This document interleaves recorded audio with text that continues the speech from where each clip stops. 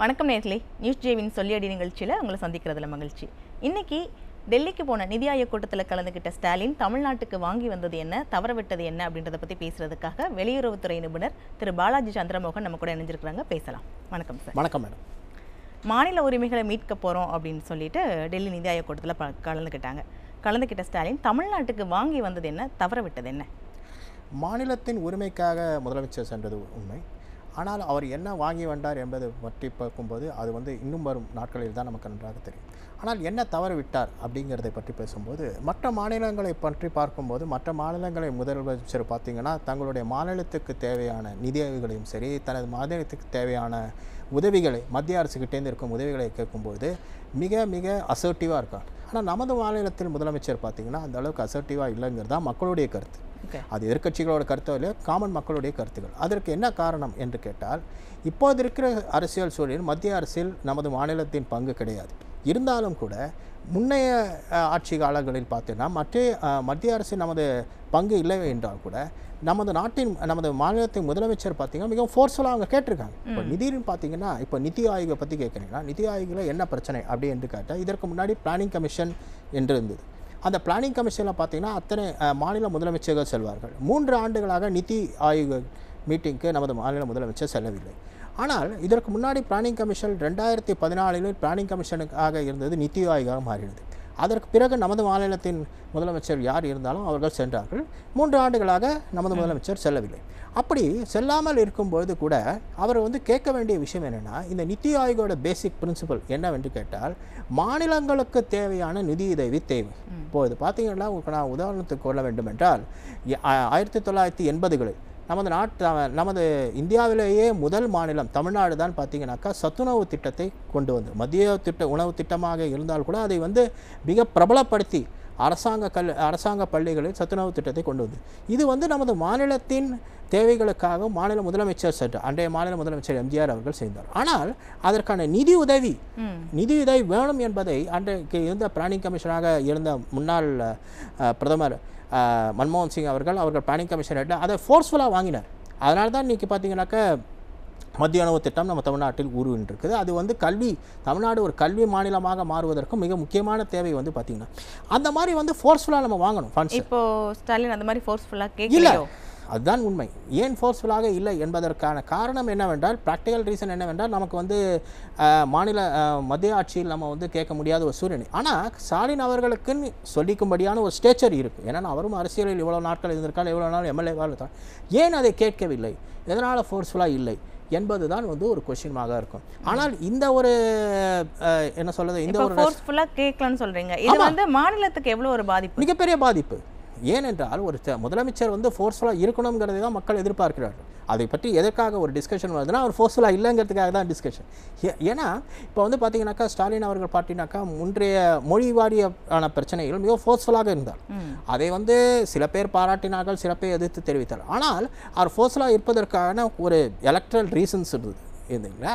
அதே மாதிரி பார்த்தீங்கன்னாக்கா இப்போ தீவிரவாதிகள் தாக்குதல் பல்காமிகள் பார்த்தீங்கன்னா அவர் ஃபோர்ஸ்ஃபுல்லாக இருந்தார்.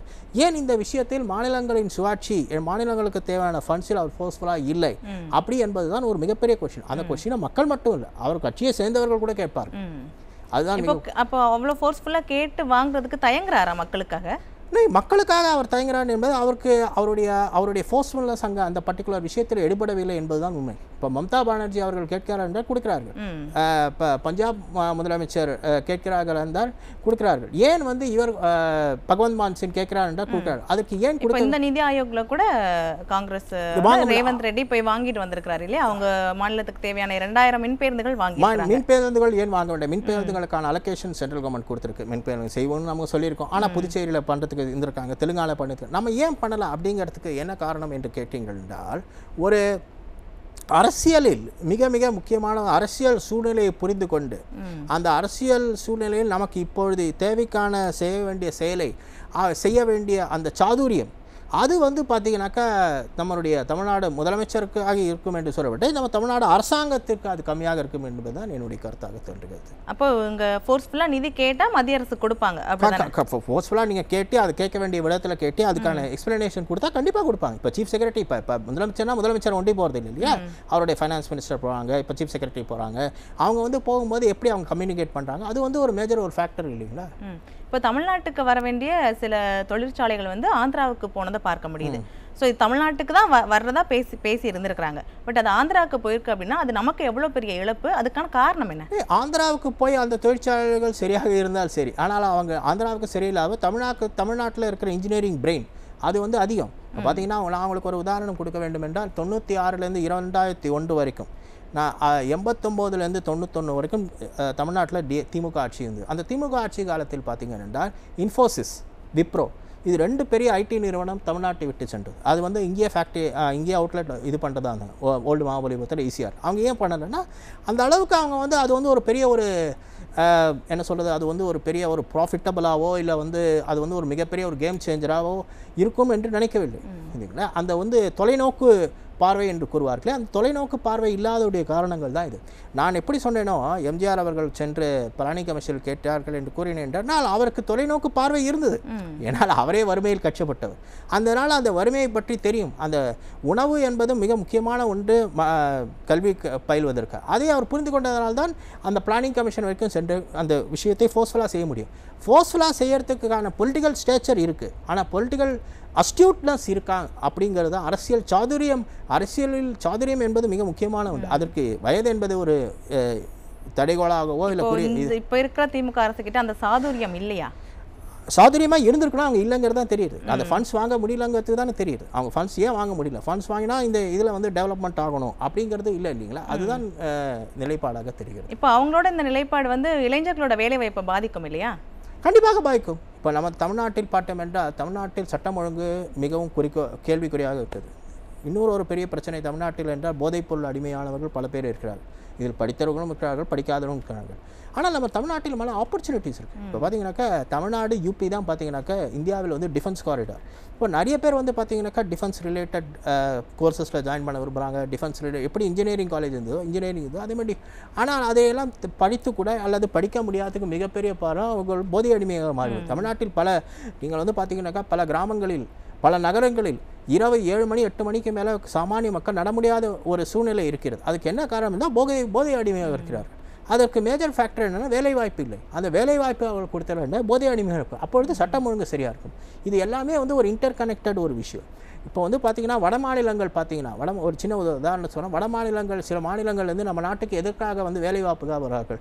அவங்க வேலைவாய்ப்புக்காக வர வேண்டாம். அங்கே நாட்டில் இருக்க மாநிலங்கள் இருந்த சட்டம் ஒழுங்கு சரியில்லை. இப்போ தமிழ்நாட்டிலேருந்து ஒரு காலத்தில் பார்த்தீங்கன்னா தமிழ்நாட்டிலேருந்து மற்ற மாநிலங்களுக்கு ஒரு 1950லையும் சரி 60லையும் சரி அந்த அவர்களுடைய மிச்ச மாநிலங்களுக்கு போய் சென்று வேலை செய்ய வேண்டிய சூழ்நிலை இருந்து அப்பொழுது அவர்களுடைய நிலைமை மிகவும் கேள்விக்குறையாக, அவங்களுடைய குடும்பத்துடைய நிலைமை மிகவும் குறையாங்க. அதற்கு காரணம் என்னவென்றால் இங்கே வேலைவாய்ப்பு இல்லை. அந்த மாதிரியான சூழ்நிலை நமக்கு வரக்கூடாது என்று கூறினால் நமது மாநிலத்தில் தேவைக்குப்படியான வேலைவாய்ப்புகளை ஏற்படுத்தணும். அதுக்கு தேவையான இன்ஃப்ராஸ்ட்ரக்சர் ஏற்படுத்தணும். ஆனால் இப்போ நீங்கள் சொல்கிற வேலைவாய்ப்பு ஏற்படுத்தணும் அப்படின்னு சொல்கிறீங்க. ஆனால் இப்போது வர வேண்டிய இருந்த அந்த தொழிற்சாலைகளையும் வரல. ஸ்ரீபெரும்புதூரில் இருக்கிற அவங்களோட விரிவாக்கத்தை அவங்க உத்தரப்பிரதேசத்துக்கு கொண்டு போயிருக்காங்க. உத்தரப்பிரதேசம் அப்போ அதை இங்கே தக்க வைக்க முடியலையா இவங்களால? தக்க வைக்க தெரியலைன்னா தக்க வைக்க தெரியாத டெக்னாலஜிக்கல் இது நம்மக்கிட்ட இல்லை. இப்போ பார்த்தீங்கன்னாக்கா ஏன் வந்து ஃபேக்ட்ரி வந்து மூவ் பண்ணுறாங்க உத்தரப்பிரதேசத்துக்கு. இப்போ நொய்டாவில் பல ஃபேக்ட்ரிஸ் வராங்க. ஈவென்ட்டுவல் ஆஜெக்ட்ஸ் தூத்துக்குடி இருக்குது. தூத்துக்குடி எதற்காக? தூத்துக்குடி துறைமுகம் மிக முக்கியமான ஒரு நேச்சுரல் போர்ட். இப்போ நாகப்பட்டினம் பார்த்தீங்கன்னா ஒரு மிகப்பெரிய ஒரு நேச்சுரல் போர்ட். அந்த நேச்சுரல் போர்ட்டை டெவலப் பண்ணி நம்ம இண்டஸ்ட்ரியல் இதை கொண்டு வர முடியல. அதுக்கு என்ன காரணம்? அதுதான் காரணம். இப்போது தொழிற்சாலைகள் ஒரு பக்கம் இருக்குது, அதை கொண்டு வர முடியல அப்படின்னு நம்ம பேசியிருந்தோம். இப்போது இன்னொரு சைடு இந்த போதைப் பொருள் சட்டம் ஒழுங்கு அப்படின்ற பிரச்சனைகளையும் பார்க்க முடியுது. ஸோ இந்த இரண்டையுமே சமாளிக்க வேண்டியது இந்த அரசோட கடமை. அரசு தொலைநோக்கத்தை நோக்கமாக இருக்க வேண்டும். எந்த ஒரு அரசு, மாநில அரசாங்கம் இருந்தாலும் சரி மத்திய அரசாங்கம் இருந்தாலும் சரி, மாநில அரசுக்கு ஒரு வலிமையான நாடு எப்பொழுது வலிமையான மாநிலம் இருந்தால் தான் வலிமையான நாடாக மாறும். வலிமையான இப்போ பாகிஸ்தான் வந்து உதாரணம் கேட்டால் அங்கே ஒரு மாநிலம் வந்து மிகவும் ஸ்ட்ராங்காக இருக்குது, எல்லா மாநிலமும் வீக்காக இருக்குது. ஆனால் யூஎஸில் அப்படி கிடையாது, எல்லா மாநிலங்களும் ஸ்ட்ராங்காக இருக்குது. அதனால தான் ஒரு வலிமையான ஒரு வல்லரசாக இருக்குது. அதே மாதிரி தான் இந்தியாவில் பார்த்தீங்கன்னா தமிழகம் ஒரு முக்கியமான ஒரு மாநிலம்.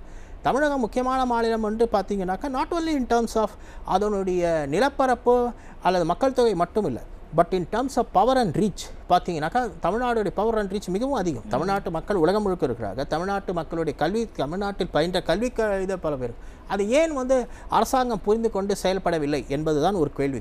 அதுதான் அரசாங்கத்தினுடைய நோக்கமாக இருக்க வேண்டும்.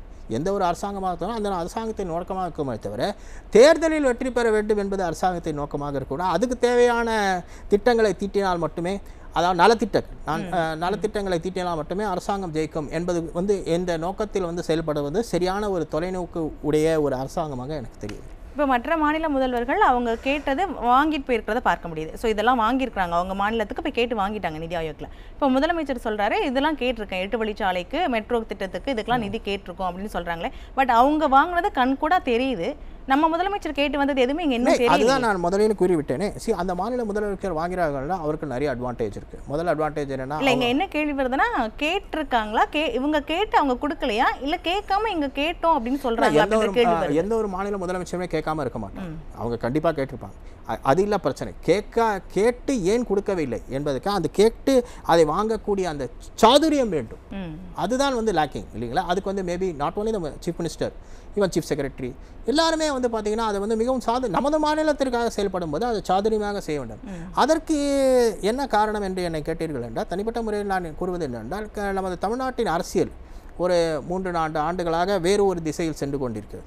ஸோ நமக்கு வந்து இங்கே இருக்கிற மாநில முதலமைச்சர் எப்படி என்றால், நமது மாநிலத்திற்கு நலத்திட்டங்களை செய்ய வேண்டும் என்றால் நம்ம வந்து சென்ட்ரல் கவர்மெண்ட்டுடைய எந்த அளவுக்கு நம்ம கோஆப்ரேட்டிவாக இருக்கோமோ அந்த அளவுக்கான அனுபவம் அவருக்கு இருக்குது. தனிப்பட்ட முறையில் அதுவும் சொல்ல முடியாது. ஆனால் அந்த அனுபவத்தை வைத்துக்கொண்டு நமது மாநிலத்துக்கு தேவையான நலத்திட்டங்களை தீட்ட வேண்டிய சாதுரியம், அதை செயல்படுத்த வேண்டியது அவரும் அவருக்கு சேர்ந்த டீமும் அவருடைய அந்த சுற்றுவட்டாரத்தில் இருக்கிறவர்களுக்கு கடமை என்பதுதான் நான் நினைக்கிறேன். இப்போ மக்களுக்கான திட்டங்களை கேட்டு வாங்குறது ஒரு பக்கம் லேகாக இருக்குது அப்படின்னு பார்த்தாலும் 39 எம்பிக்கள் ஸ்டாலின் வந்து எப்போவுமே பேசுகிறாங்க, 39 எம்பிக்கள் வின் பண்ணியிருக்கோம் அப்படின்னு. அந்த 39 எம்பிக்கள் பாராளுமன்றத்தில் மக்களுக்கான கேட்டு பெறுறதுக்கு தானே இருக்கிறாங்க.